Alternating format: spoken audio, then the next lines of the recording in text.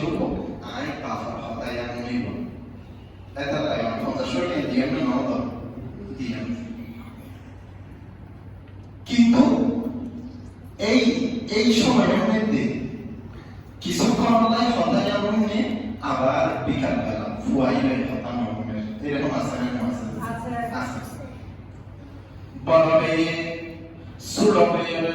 হতা নবনে তাই 100 টাকা দিয়ে অবাই ভালো করে লেখাপড়া কর সুন্দর করে চল 100 টাকা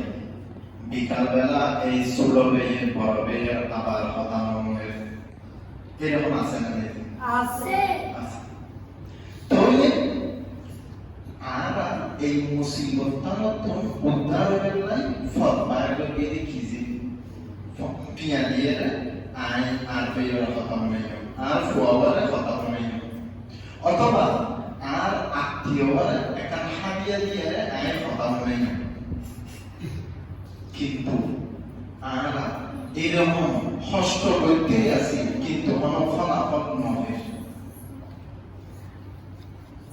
সুতরাং এটা দুঃসন্ন রোগন্ন থেকে ইয়ান আর নির্ণয় করা হইল রোগ নির্ণয় করে ফেললে এই অনুপাতে যখন আমরা ওষুধ দিলাম তবে আর ওষুধ নামে কার্য করি ওখানে যাই নাকি অনর্থন কি জ্বর উঠে অনেক রাতিয়া ফার্মেসি কাজ দিয়ে সুন্দর করে প্যারাসিটামল বা নালা এক্সট্রা বা এস হনক বাহিনী হেইরে মাশাআল্লাহ জ্বর পড়ে গেল সকালবেলা অনেক দেখতে গেলে অনর্থন আবার জ্বর উঠে গেল আবার ফার্মেসি যে ফার্মেসি তখন ওষুধ আনিয়ে ওষুধ খেয়ে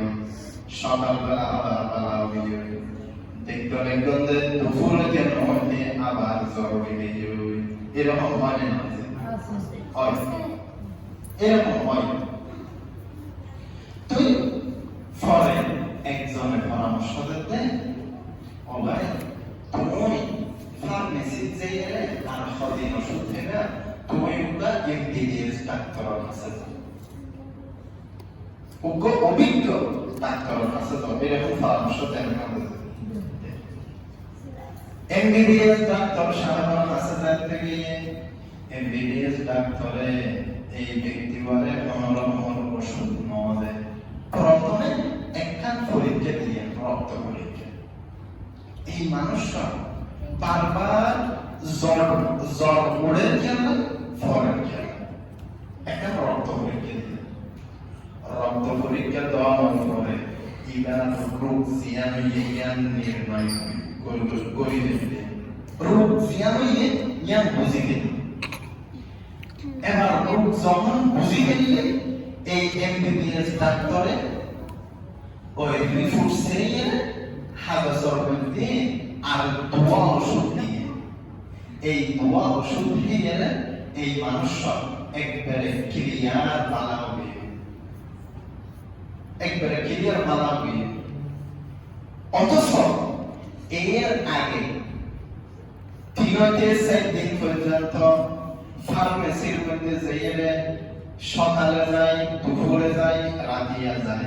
যাইয়ে 50 টাকার 100 টাকার ওষুধ খেতেই আছে কিন্তু রোগটা কি নয় পালানো আর ওদের এমবিবিএস ডাক্তার কাছে যাইয়ে যেতে একখান পরীক্ষা করিয়ে রোগটা নির্ণয় করে থেকে মাত্র দুবার ওষুধ খাওয়ানোর পরে এবার ওষুধ খান ভালো হয়ে যাবে এরকম হয় না নয়